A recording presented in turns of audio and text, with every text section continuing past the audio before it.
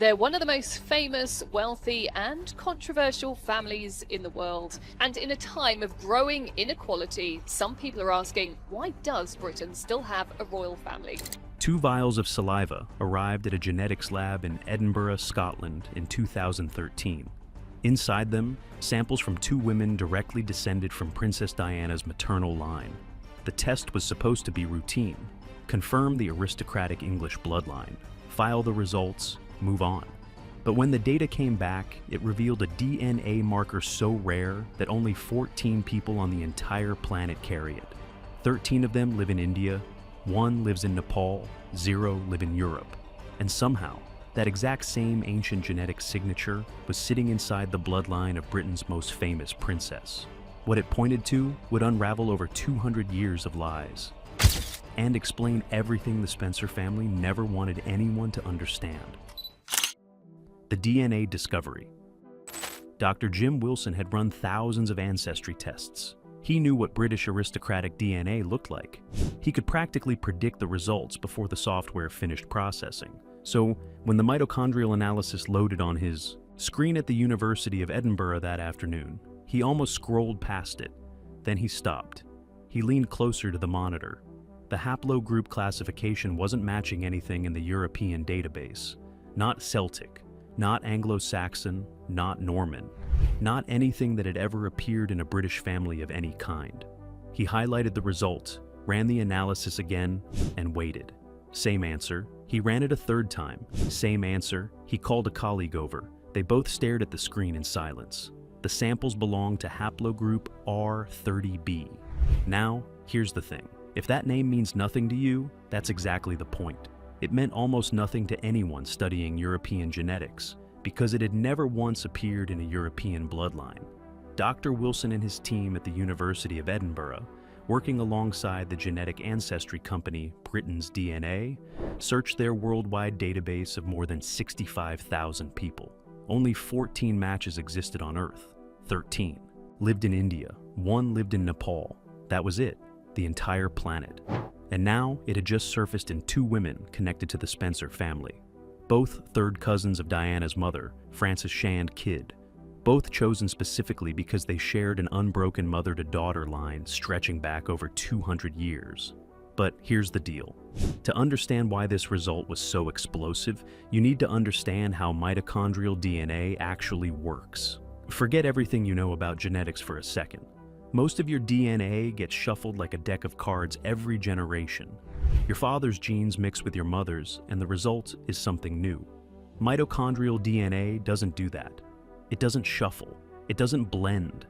It passes completely intact from mother to daughter, generation after generation, like a sealed envelope that nobody can open, nobody can edit, nobody can tamper with along the way. That means if your mother's mother's mother's mother carried a specific genetic marker 500 years ago, you could still carry the exact same one today. It's a biological time capsule, a silent witness that no one in the family can silence. And the R30b haplogroup, along with its closely related branches R30 and R30a, is entirely South Asian in origin. There's no ambiguity, no alternative explanation. Dr. Wilson later told the press the evidence was unassailable. This wasn't a statistical fluke or a contaminated sample. 2 separate living relatives, women who didn't even know each other, had independently confirmed the same result. The presence of R30 billion meant one thing. Somewhere around 7 generations before Princess Diana, a woman with South Asian ancestry had entered her direct maternal line. Not a distant cousin, not a minor branch, the direct line. Mother to daughter to daughter to daughter, all the way to Diana herself. And that meant the official Spencer family history. The one printed in every genealogy book, every royal biography, every wedding program, was missing an entire chapter. Someone real had been deliberately written out of the story, someone whose blood still flowed through the veins of princes. The question became, who was she? And why had the most powerful family in Britain spent 2 centuries making sure nobody ever found out? Eliza Qark, the woman they erased. Her name was Eliza Qark, and for over 2 centuries, almost nobody knew she existed. Her name didn't appear in the official Spencer genealogies. It wasn't mentioned in any royal biography. If you searched every family record available to the public before 2013, you would find no trace of her. She had been removed with surgical precision, not forgotten, but erased. She was born around 1790 in Surat, a bustling port city on India's western coast in what is now the state of Gujarat. Surat was one of India's great commercial crossroads. Merchant ships from a dozen nations crowded the harbor. Traders shouted in a patchwork of languages, goods, and people and cultures collided in the narrow streets every single day. The kind of place where a woman of mixed heritage could exist without drawing too much attention. Eliza's father carried the Armenian name Qark, and she signed her own letters in Armenian script. That detail would later become the family's most useful lie, but her mother's line, the one that carried the rare R30 billion mitochondrial marker, was South Asian. In colonial India, mixed heritage was common in port cities like Surat. Armenian merchants had lived there for generations, intermarrying with local families. But in the rigid social hierarchy of the British Empire, that kind of background came with serious consequences. Now, here's where the story turns. As a young woman, Eliza became the companion of Theodore Forbes, a Scottish merchant who arrived in Surat around 1809 to work for the East India Company. Forbes was the younger son of a landowning family from Bowley in Aberdeenshire. Ambitious, sharp, and determined to build a career in the empire's most lucrative outpost. He employed Eliza as his housekeeper, but the reality of their relationship went far deeper than any job title. Together, they had 2 children, a daughter named Catherine, born in 1812, a son named Alexander, born 2 years later. For a time, the family lived together, first in Surat, then in Mocha, Yemen, where Theodore was appointed British political resident. Letters from this period show that Eliza was more than a domestic servant. Theodore relied on her multilingual abilities. She was an asset to his diplomatic work. By every private measure, they were a family. And get this, none of that mattered. As Theodore's career advanced and he accepted a prestigious partnership back in Bombay, the social realities of British India closed in around them like a trap. In the drawing rooms and gentlemen's clubs of colonial Bombay, a wife with Indian blood wasn't just frowned upon. She was a career-ending liability. The days when mixed marriages in India were tolerated were rapidly ending. A new era of racial segregation was setting in. Theodore made a devastating choice. He left Eliza and the children behind in Surat. He moved to Bombay alone. The man who privately relied on her as a partner publicly pretended she didn't exist. While he lodged with friends and attended society parties, building the reputation that would secure his legacy, Eliza and her children lived separately, cut off from the world he was constructing without them. And then something happened that still haunts this story 2 centuries later. Years after Theodore's death, a packet of letters written in a non-European script was discovered at the Forbes family estate at Bowley in Scotland. They had been sitting there for decades, untouched, unread, gathering dust in a drawer. When scholars finally examined them, they realized what they were holding. The letters were from Eliza, written in broken English, dictated to a Parsi scribe because her written English wasn't strong enough, and signed in her own hand in Armenian script.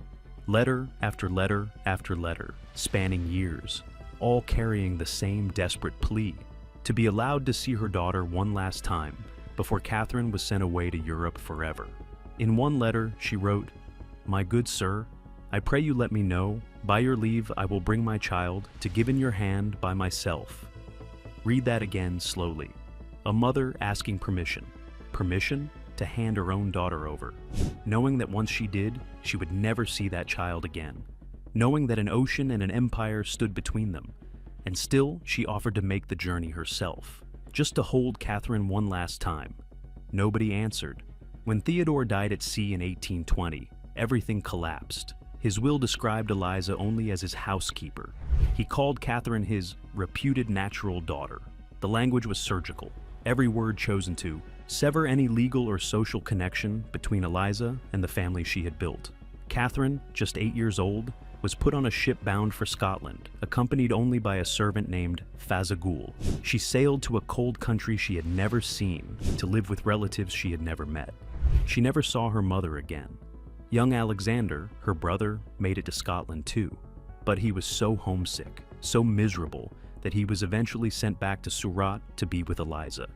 Catherine stayed. She grew up among the Forbes family. She adapted. She married well.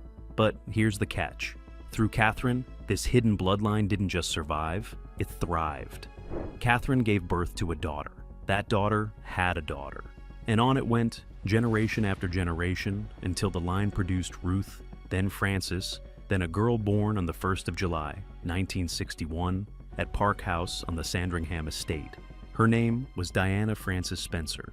7 generations from a port city in India to the most famous wedding in television history. And nobody in the family ever told the truth about where that bloodline actually began.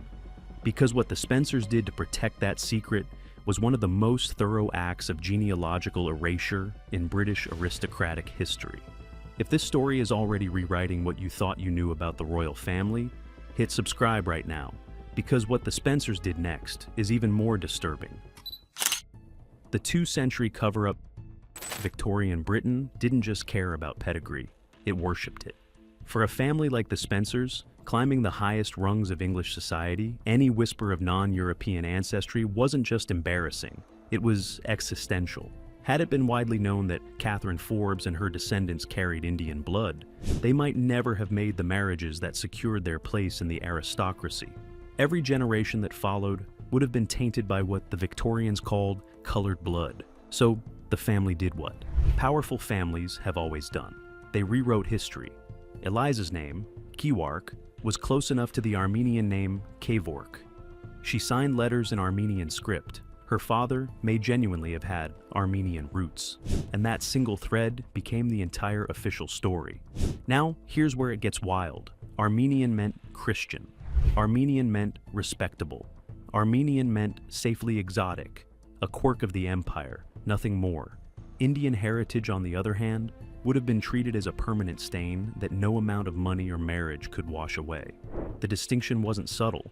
It was the difference between respectability and ruin, and the cover-up didn't just last a generation.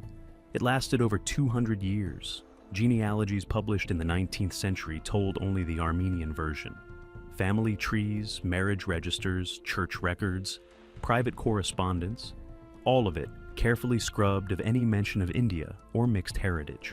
By the 20th century, the lie was so deeply embedded that no one alive even questioned it.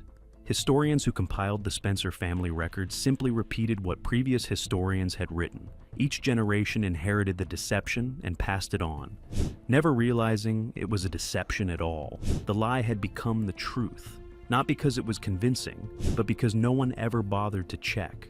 When Diana married Prince Charles at St. Paul's Cathedral in 1981, in front of 750 million television viewers, the official biographies still described Eliza Qark as Armenian. Nobody in the Spencer family challenged it. Nobody in the royal household challenged it. The secret held through 2 world wars. It held through the collapse of the British Empire. It held through the most watched wedding in human history. Until 2013, when 2 vials of saliva blew it wide open. After the DNA results were published, reporters tracked down Diana's maternal aunt, a woman named Mary Roach. She was one of the few living people who had grown up hearing the old family stories, the ones passed down at dinner tables and in private letters for generations. When they told her what the DNA had revealed, she went quiet. Then she said something that captures the absurdity of 2 centuries of deception in a single sentence. She had always assumed she was part Armenian, so she was delighted to discover she also had an Indian background. A woman in Princess Diana's own family had lived her entire life believing a story that was genetically false. She didn't know. Her mother didn't know. Her grandmother didn't know. The real story had been written in their cells the entire time. It just took science to finally read it. But here's the thing. The hidden ancestry was only one layer of a family story that gets stranger the deeper you dig. Because the Spencers weren't just any aristocratic family, they were, by some measures, more royal than the royals themselves. Royal blood in Diana's family didn't flow through official marriages or grand alliances. It came through mistresses. Barbara Villiers, Louise de Carouaille, and Nell Gwyn each held the affections of King Charles II, a monarch famous for fathering more than a dozen children with women who would never become queen. The Spencer family traces its lineage through not 1, not 2, but 3 of these royal mistresses. Diana descended from Henry Fitzroy, Duke of Grafton, and Charles Lennox, Duke of Richmond, both illegitimate sons of Charles II. 11 generations back, she was also a direct descendant of Mary, Queen of Scots, executed in 1587 by her cousin Elizabeth I. Meanwhile, the Spencer estate at Althorpe had stood since 1508, outlasting wars, dynasties, and the rise and fall of monarchs. The royal family's own surname, by contrast, was Saxe-Coburg-Gotha, thoroughly German, until King George V quietly renamed them Windsor during the First World War to avoid anti-German backlash. And get this, when Diana's engagement to Prince Charles was announced in 1981, the editors of Burke's Peerage made a public statement. Burke's Peerage is the definitive record of British aristocracy. Families live and die by what appears in its pages, and the editors declared publicly that Lady Diana Spencer had more English royal blood running through her veins than her future husband. The Spencers, they said, were stiff with royal connections. Let that land for a second. The woman whose family had spent 2 centuries hiding her Indian ancestor turned out to be more royal than the prince she was marrying. The family that had erased a woman from India to protect their bloodline had produced the most consequential bride in modern royal history. And still, nobody told the truth, not until the DNA spoke for itself. The line ends. This is where the story closes. And it closes hard. Prince William carries the same rare R30 billion mitochondrial marker that started in Gujarat over 200 years ago. It passed through Eliza Qark, crossed oceans, survived colonial prejudice, outlasted 2 centuries of deliberate erasure, and landed in the DNA of the man who will one day sit on the British throne. The autosomal markers across the genomes of Diana's 2 maternal cousins confirmed they carried between 0.3 and 0.8% South Asian ancestry, meaning William himself almost certainly carries a small but real portion of Indian DNA inherited from Eliza. He will be the first British monarch with proven Indian ancestry. But here's the final twist, and this one doesn't have a happy ending.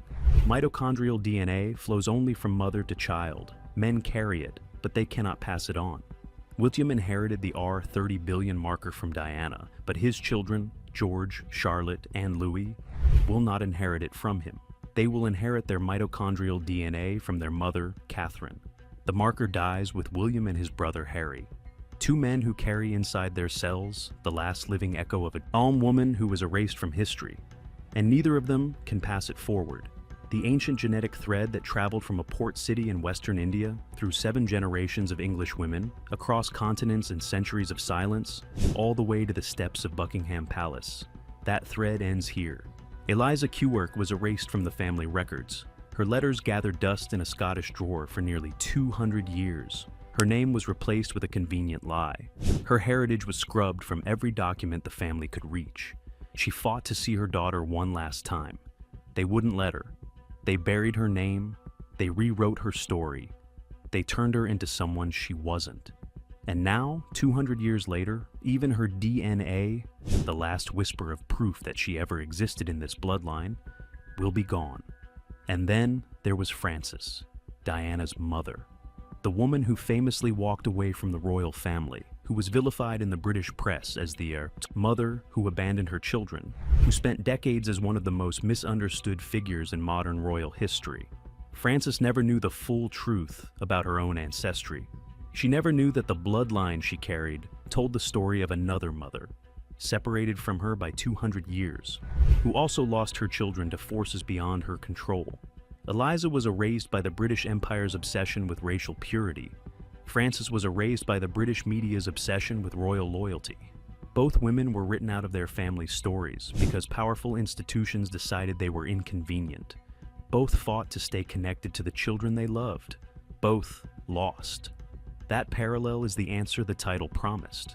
What does Diana's mother's ancestry explain? Everything. It explains why the Spencers guarded their history with such ferocity. It explains why Eliza's name was surgically removed from every record. It explains why Frances, carrying a bloodline shaped by erasure, understood, maybe on some level she couldn't name, what it meant to be a woman the system wanted to forget. As one family friend later recalled, Frances was thrilled at the way Diana freed herself from the shackles of royalty. Maybe the women in this line had always been fighting to be seen. The Spencers spent 200 years hiding this woman. Her letters were ignored, her name was rewritten, her heritage was denied. And still, her DNA carried the truth forward, through daughter after daughter after daughter, until science finally listened to what the family refused to hear. What else do you think the world's most powerful families are still keeping buried? If you want to find out, subscribe now, because the stories they don't want you to hear are always the ones most worth telling.